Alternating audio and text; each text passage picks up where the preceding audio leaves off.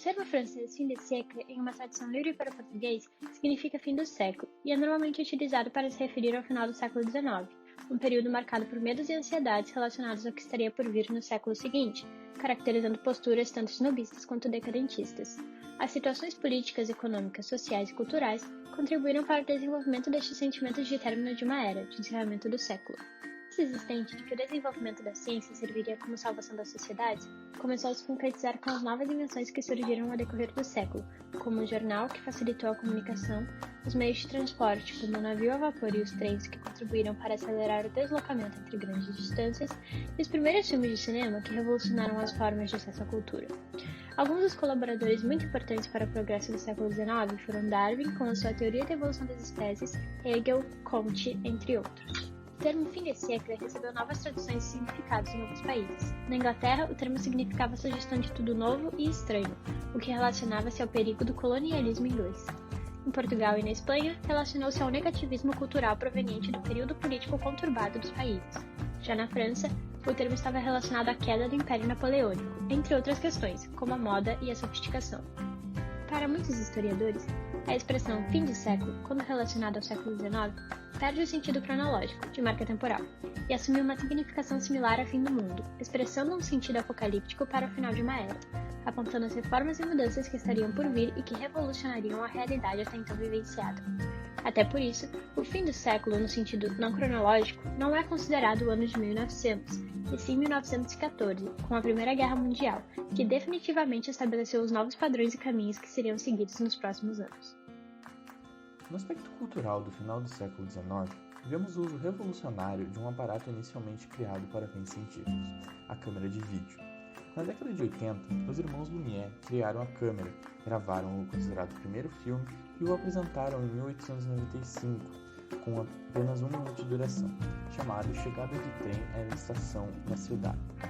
Nesse contexto, uma das figuras mais importantes é a de Georges Méliès, que viu no aparato uma oportunidade para criar entretenimento. Assim, criou o primeiro estúdio de cinema que utilizava a luz natural, tendo um telhado de vidro, onde o cineasta produziu mais de 200 filmes, em sua maioria de curta-metragem.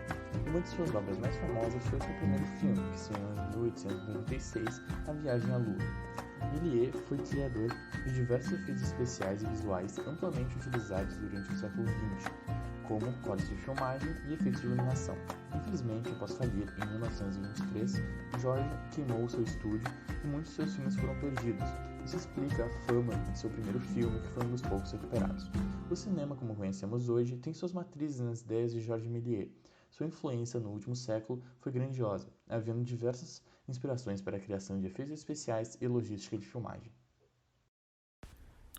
A representação do fim de século como um período inquietante inicia precocemente na França na década de 1870. Isso acontece pela coincidência de 3 fenômenos. O primeiro deles é a incerteza política e a aversão de uma importante parte dos intelectuais ao novo regime. Taine, em suas escritas datadas de 1879, diz que o período no qual escreve se assemelha a um retorno dos jacobinos. O segundo fenômeno é o cenário econômico. Em 1892, houve a quebra das bolsas, fator que se estende a todo o continente europeu. No entanto, nos anos subsequentes, houve dificuldades no ramo da agricultura, que se somaram à fraca demografia francesa quando comparada com a alemã e de outros países anglo-saxões que possuíam colônias de povoamento. O terceiro, último e mais relevante fator é uma crise moral que atingiu, primeiramente, elites urbanas das grandes metrópoles, em especial aqueles dos meios artístico e literário, entre os quais se difunde a vulgarização da luta pela vida darwiniana, como se fosse um todos contra todos, além do pessimismo e da exacerbação das paixões. É no final do século XIX também que se inicia o neoimperialismo. Uma das diferenças características dessa manifestação do colonialismo é a invasão de países já independentes de toda a África, partes da Ásia e muitas ilhas do Pacífico, fazendo com que, em proporção, as aquisições coloniais desse período fossem 3 vezes maiores do que o que já havia sido registrado em períodos anteriores. Outro fator que caracteriza a distinção do imperialismo em relação às atividades coloniais anteriores é a participação de novas potências na divisão dos territórios coloniais.